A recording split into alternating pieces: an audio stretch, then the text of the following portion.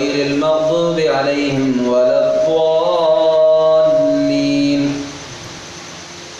فرح المخلفون بمقعدهم خلاف رسول الله وكرهوا أن يجاهدوا بأموالهم وأنفسهم في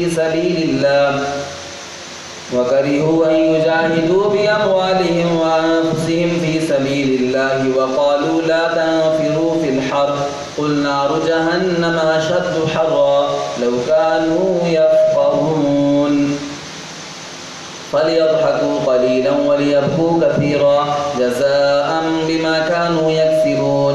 فإن رجعك الله إلى طائفة منهم فاستأذنوك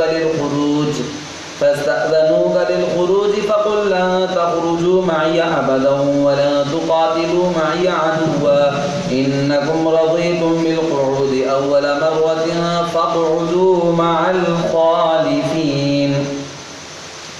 ولا تصل على أحد منهم مات أبدا ولا تقم على قبره إنهم كفروا بالله ورسوله وماتوا وهم فاسقون.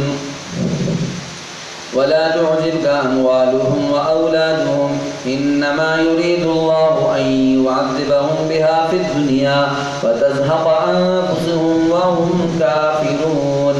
وإذا أنزلت سورة أن آمنوا بالله وجاهدوا مع رسوله استأذنك أولو القول منهم وقالوا ذرنا نكن مع القاعدين رضوا بأن يكونوا مع الخبالف وطبع على قلوبهم فهم لا يفقهون. لكن الرسول والذين آمنوا معه جاهدوا بأموالهم وأنفسهم وأولئك لهم الخيرات وأولئك هم المفلحون. أعد الله لهم جنات تجري من تحتها الأنهار خالدين فيها ذلك الفوز العظيم. الله أكبر.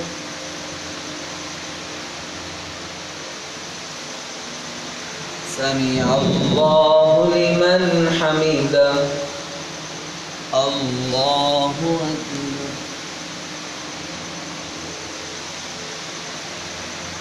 الله أكبر. الله أكبر.